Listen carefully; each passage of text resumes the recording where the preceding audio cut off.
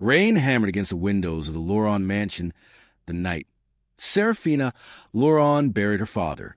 She had spent 3 days believing his death was natural, until a stranger approached her at the funeral. He was tall, dressed entirely in black, with a scar cutting through one eyebrow and an expression cold enough to make everyone around him step away. Roman Devereaux, the most feared Mafia boss in the country. Seraphina had heard his name all her life. Her father had forbidden her from ever meeting him. Roman stopped beside her father's grave and said quietly, "You shouldn't stay here tonight." Seraphina stared at him. "Who are you to tell me where I can stay?" "The man trying to keep you alive." Before she could answer, Roman walked away. That night, armed men attacked her house. Seraphina escaped through an old servant's passage, but she was cornered in an abandoned chapel outside the estate. Roman found her there. He didn't ask if she was afraid. He simply removed his coat and placed it around her shoulders. "Come with me." "Why?" "Because your father left behind something people are willing to kill for." "What?" Roman's eyes hardened. "A ledger." Her father had secretly kept a ledger containing the names of powerful criminals, corrupt officials, businessmen, and politicians connected to the underground world. Before his death, he had hidden it somewhere only Seraphina might be able to find. Suddenly, she wasn't simply a grieving daughter. She was the key to a war. Roman offered her protection inside his heavily guarded estate. Seraphina refused. Roman looked at her for several seconds before saying, "Then I'll have my men protect you from outside." "Why do you care?" "I don't." The answer came too quickly. Seraphina noticed. Roman did too, and neither mentioned it again. She eventually moved into the Devereaux mansion, where she discovered that Roman was nothing like the monster she had imagined. He was worse. He was controlled, calculated, quiet. He could end a man's life with a single sentence and then sit at the dinner table as if nothing had happened. Yet around Seraphina, strange things happened. She mentioned once that she hated thunderstorms. The next storm, Roman stayed awake in the library until morning. She complained that his guards watched her constantly. The following day, he gave her access to a private garden where no guards were allowed. She accidentally cut her finger while cooking. Roman appeared within seconds, demanding to know who had allowed her to use a knife. And when she laughed at him, he stared at her as though he had forgotten how to breathe. But whenever Seraphina tried to get close to him, he became cold again. "You don't love anyone, do you?" she asked him one evening. Roman didn't look up from his glass. "Love makes people careless. Maybe it makes them weak. Or brave." Roman finally looked at her. "Not in my world." Seraphina didn't know that Roman had already fallen in love with her. He simply refused to admit it. Years ago, Roman had watched his mother die because his father had loved her openly. His enemies had discovered his father's weakness. They had used it against him. Roman swore he would never make the same mistake. So he did everything possible to convince Seraphina that she meant nothing. When she asked why he always appeared whenever she needed him, he said it was his responsibility. When she asked why he remembered every little thing about her, he said it was his job. When she asked why he became furious whenever another man approached her, he said jealousy had nothing to do with it. But his younger brother Ezra Devereaux saw the truth point one night. Ezra confronted him. "You're in love with her." Roman continued pouring his drink. "No, you changed the security schedule because she likes walking the garden at sunset." Security. You memorize her favorite food. Observation. You nearly killed a man because he flirted with her. Roman slowly turned toward him. "Leave." Ezra smiled. "That's a yes." Roman never answered, because deep down he knew Ezra was right. Seraphina had become the one person who could destroy him without ever touching a weapon. Then she overheard him. Roman was speaking to one of his men in the hallway. "Seraphina means nothing to me." She froze. The words hurt more than she expected. She had spent weeks convincing herself that there was something between them. Now she felt foolish. That night, she packed her belongings. Roman found her at the mansion entrance. "Where are you going?" "Away." "You're not safe." "I was never safe with you." His jaw tightened. "What does that mean?" "It means I'm tired of being treated like a prisoner by a man who claims I mean nothing to him." Roman went silent. Seraphina looked at him with tears in her eyes. You don't have to pretend anymore. He wanted to tell her everything, that he thought about her every morning, that he checked the security cameras whenever she left the house, that he knew the sound of her footsteps, that he had killed people simply for threatening her. But instead, he said the only words he knew how to say. You should leave. Seraphina walked away. Roman watched her disappear, and for the first time in years, the feared Mafia king looked completely helpless. 3 days later, Seraphina vanished. Roman received a black envelope. Inside was her necklace, then a photograph. Seraphina was sitting in a dark room with her hands tied. On the back of the photograph were 7 words. Asterisk, you said she meant nothing. Prove it. Asterisk. The sender was Cale Draven, Roman's most dangerous rival. Cale had spent years trying to destroy the Devereaux Empire. Now he had finally discovered Roman's secret. His weakness had a name. Seraphina. Roman's entire personality changed. His men watched him walk into the war room and knew immediately that something was different. He placed a photograph on the table. Find her. One of his men asked, What if Cale wants a negotiation? Roman's eyes became ice. There will be no negotiation. And if he hurts her? Roman's voice dropped. Then I'll destroy everything he owns. Cale called him that night. You have 48 hours. Roman said nothing. Cale laughed. Give me your territory, your businesses, and your family's power. Where is she? You finally sound worried. Roman's hand tightened around the phone. Cale continued. It's almost funny, the great Roman Devereaux pretending he didn't care about her. Roman finally answered. I never said I didn't care. Cale went silent. Roman continued. I said she meant nothing. A pause. I lied. Roman found Cale's hideout after tracing a single mistake in his communications. He went there alone. When he entered the warehouse, he saw Seraphina tied to a chair. She looked at him with disbelief. You came. Roman's eyes remained on her. Of course I came. Cale stepped from the shadows. You're finally admitting it. Roman looked at him. Admitting what? That she is your weakness. Roman's expression changed. No. He walked toward Seraphina. She's the reason I don't have one. A violent confrontation erupted. Roman was injured, but he refused to stop until Seraphina was safe. When he finally reached her, his hands shook as he untied her. She noticed. Roman, I'm fine. You're bleeding. I'm fine. You could have died. Roman looked directly into her eyes. I would rather die than let them take you. Seraphina froze. It was the first time he had ever spoken honestly. But before they could leave, Cale revealed the truth. Seraphina's father hadn't died naturally. He had been murdered. And the person responsible wasn't Cale. It was Lucien Devereaux, Roman's uncle. Lucien had spent years secretly manipulating both families. He wanted Roman dead, so he could take control of the Devereaux Empire. The kidnapping had been part of his plan. The ledger wasn't merely evidence against criminals. It contained proof of Lucien's betrayal. Seraphina's father had discovered the truth and was killed before he could expose him. Roman returned to mansion with Seraphina, knowing that the greatest threat wasn't outside his family. It was sitting at his dinner table. Lucien confronted him. You become weak. Roman stared at him. No, you risked your entire empire for a woman.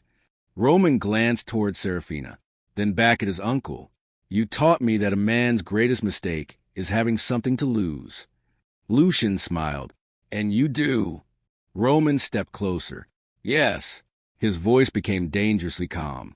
That's why I'm going to make sure nobody ever takes her from me again. The truth about Lucien was exposed. The Devereaux family erupted into war. Roman dismantled the traitors inside his organization, destroyed Cale's remaining operations, and finally ended the threat that had followed Seraphina's family for years. But after everything was over, Seraphina still had one question. She found Roman standing alone on the balcony of his mansion. You lied to me. Roman didn't turn around. Yes. You told me I meant nothing.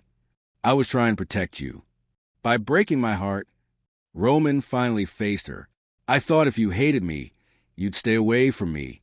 That was your plan? Yes. It was terrible. I know. She stepped closer. Do you love me? Roman stared at her. For a man who had faced assassins, wars, betrayals, and death without fear, 3 words seemed harder than anything else. Finally, he said, asterisk, more than I should. Asterisk. Seraphina smiled through her tears. And now, Roman took her hand. Now, I don't care who knows. She looked at him. Even your enemies? Roman's expression turned cold. Especially my enemies. The words were quiet. Almost too quiet. Seraphina had learned that Roman's anger was never loud. He didn't need to shout. He didn't need to threaten anyone. The colder his voice became, the more dangerous the situation usually was. She studied his face. What does that mean? Roman didn't answer immediately. Instead, he walked toward the enormous windows overlooking the mansion grounds. Beyond the glass, the gardens were covered in darkness. Security lights illuminated the stone pathways, while armed guards moved silently between the trees. Everything looked peaceful, but Roman knew better. Peace was only an illusion. His enemies were always somewhere nearby, watching, waiting, looking for the smallest weakness. And now they had found one. Her. Seraphina slowly approached him. Roman. He finally looked at her. They know about you. Her expression changed. Who? All of them. She felt a chill move through her. What do they know? Roman's jaw tightened. They know where you sleep. He paused. They know when you leave the mansion. Another pause. They know which garden you walk through. Seraphina's eyes widened. And they know what you mean to me. Roman's eyes hardened. You know that's a lie. Then why did you say it? He looked away. Because I wanted them to believe it. She stepped closer. And did they? For a while. Roman's voice became bitter. But enemies like mine don't stop looking for weaknesses. Eventually, they notice everything. He turned toward her. They notice that I changed the security schedule because you like walking in the garden at sunset. Seraphina's lips parted. They noticed that I stopped meetings whenever you were in danger. She remained silent. They noticed that I know exactly where you are almost every minute of the day. His expression softened for only a second. And they notice what happens to me when someone threatens you. Seraphina whispered, What happens? Roman stared directly into her eyes. I stopped thinking like a businessman. She could barely breathe. I stopped thinking like a mafia boss. He stepped closer, and I stopped caring about consequences. Seraphina felt his fingers gently close around hers. Roman, I've spent my entire life making sure nobody could control me. His thumb moved slowly across her hand. Money couldn't control me. Power couldn't control me. Fear couldn't control me. His eyes remained fixed on hers. Then you came along. She looked down at their joined hands. And now I'm your weakness? Roman's expression immediately hardened. No. His answer was immediate, almost fierce. You're not my weakness. He stepped closer until there was barely any distance between them. You're the reason I have something worth protecting. Seraphina looked up at him. But your enemies won't see it that way. No. Roman's voice became dangerously calm. They'll see you as leverage. She swallowed. What will you do if they come for me? Roman didn't hesitate. I'll find you. And if they hide me, I'll find you. If they threaten you, I'll ignore them. If they threaten your empire, I'll let it burn. Seraphina stared at him in disbelief. Roman, he gently lifted her chin. There is nothing in this world I would choose over your life. Her eyes filled with tears. You shouldn't say things like that. Why? Because someone might hear you. Roman's mouth curved into the faintest smile. Let them. She looked toward the windows. What if your enemies are watching us right now? Roman followed her gaze. For several seconds, he said nothing. Then his expression changed. Not fear, recognition. He walked toward the window and pulled the curtain slightly aside. The road outside was empty, but Roman's eyes immediately focused on a black car parked far beyond the gates. The vehicle was almost invisible in the darkness. Seraphina stepped beside him. Do you see something? Roman released the curtain. Nothing. She frowned. You're lying. I know. He turned toward her. That's what I do when I'm worried. She looked into his eyes. "You're worried now?"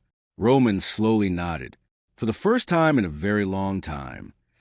"About me?" He reached for her hand again. "Always." A distant engine suddenly roared outside. Roman immediately pulled Seraphina behind him. The tenderness disappeared from his face. The Mafia boss had returned. His hand moved toward the weapon concealed beneath his jacket as several guards rushed across the courtyard. Seraphina's heart pounded. "What happened?" Roman didn't look back. "Stay behind me." "Roman, don't move." His voice was firm. She obeyed. The guards reached the front gates. Nothing happened. The black car was gone.